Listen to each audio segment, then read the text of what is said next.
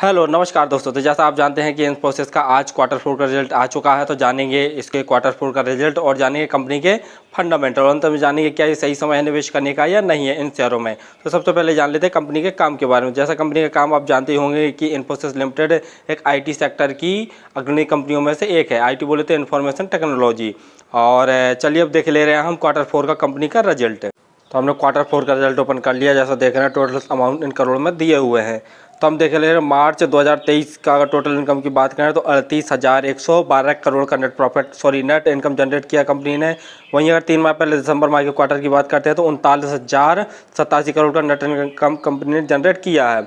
वहीं अगर जस्ट पिछले साल के क्वार्टर से तुलना करते हैं तो 32,913 करोड़ का कंपनी ने नेट इनकम जनरेट किया है। यानी पिछले साल के क्वार्टर से तुलना करते हैं तो थोड़ा जंप देखने को मिला है, लेकिन अगर जस्ट पिछले क्वार्टर से तुलना करते हैं तो नेट इनकम में गिरावट आई है। वहीं अगर हम ईयरली की बात कर ले रहे हैं तो 2022 की बात करते हैं तो 1,23,936 करोड़ का नेट इनकम कंपनी ने जनरेट किया था। वहीं अगर 2023 की बात करते हैं मार्च 2023 तक तो 1,49,668 करोड़ का नेट इनकम कंपनी ने जनरेट किया। यानी ईयरली काफ़ी जंप देखने को मिला है हमें टोटल इनकम में। अब हम वहीं देख ले रहे हैं प्रॉफिट बिफोर टैक्स, जहाँ पर जैसे देख ले रहे हैं मार्च 2023 की बात करते हैं तो 8,466 करोड़ का नेट प्रॉफिट हुआ है कंपनी को। वहीं अगर 3 माह पहले दिसंबर क्वार्टर की बात करते हैं तो 8,931 करोड़ का नेट प्रॉफिट हुआ कंपनी को। और वहीं अगर जस्ट पिछले क्वार्टर की बात करते हैं पिछले साल के क्वार्टर से तो 7,543 करोड़ का नेट प्रॉफिट हुआ था कंपनी को, यानी मार्च 2022 में।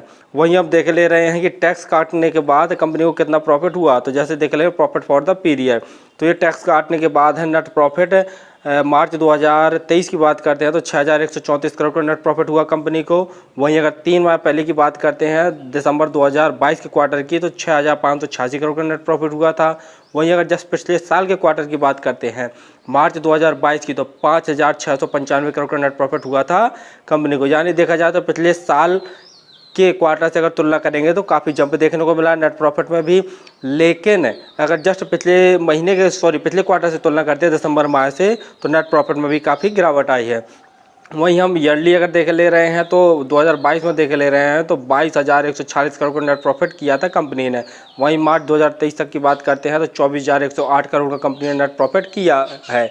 यानी देखा जाए तो ईयरली भी नेट प्रॉफिट में जंप है। फंडामेंटल देखने से पहले आप हमारे चैनल को सब्सक्राइब जरूर करें ताकि आपको समय समय पर शेयर मार्केट संबंधी जानकारी, IPO संबंधी जानकारी तथा रिजल्ट संबंधी जानकारी समय समय पर मिलती रहे। चलिए अब देख ले रहे हैं हम कंपनी के फंडामेंटल। कंपनी का मार्केट कैप देखते हैं तो 5,76,009 करोड़ का कंपनी का मार्केट कैप है। स्टॉक का PE देखते हैं तो 24.4। वहीं इंडस्ट्री का PE देखते हैं तो 25.7 है, यानी ये इंडस्ट्री के PE से थोड़ा सस्ता चल रहा है। ROCE देखते हैं तो 37.1 है। ROE देखते हैं तो 29% है। यानी देखा जाए तो ROE अगर 15-20% से ज़्यादा हो तो कंपनी बहुत बढ़िया मानी जाती है। कंपनी के ऊपर कर्जा देखते हैं तो 7,720 करोड़ का कंपनी के ऊपर कर्जा है।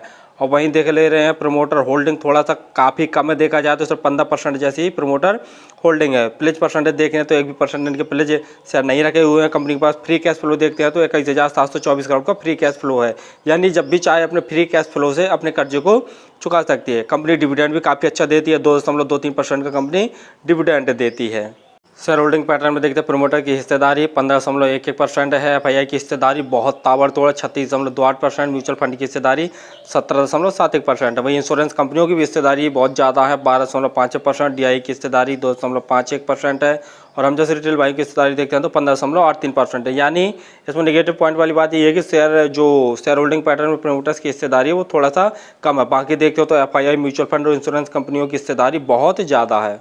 चार्ट पैटर्न में देखते हैं तो आज ही के दिन ये शेयर लगभग 2.5% जैसा गिर गया है। और जितना अच्छा रिजल्ट आने की उम्मीद थी उतना अच्छा रिजल्ट आया नहीं। और अपने हाई से देखते हैं तो हाई लगभग इसने 1940 के आसपास इसने हाई मारा है और लो देखते हैं तो 1388 के आसपास ये शेयर चल रहा है। तो आप चाहें तो इसमें थोड़ा थोड़ा इन्वेस्ट कर सकते हो। जितने भी IT सेक्टर के शेयर हैं उनमें देख रहे हैं कि सभी में लगभग गिरावट चल रही है।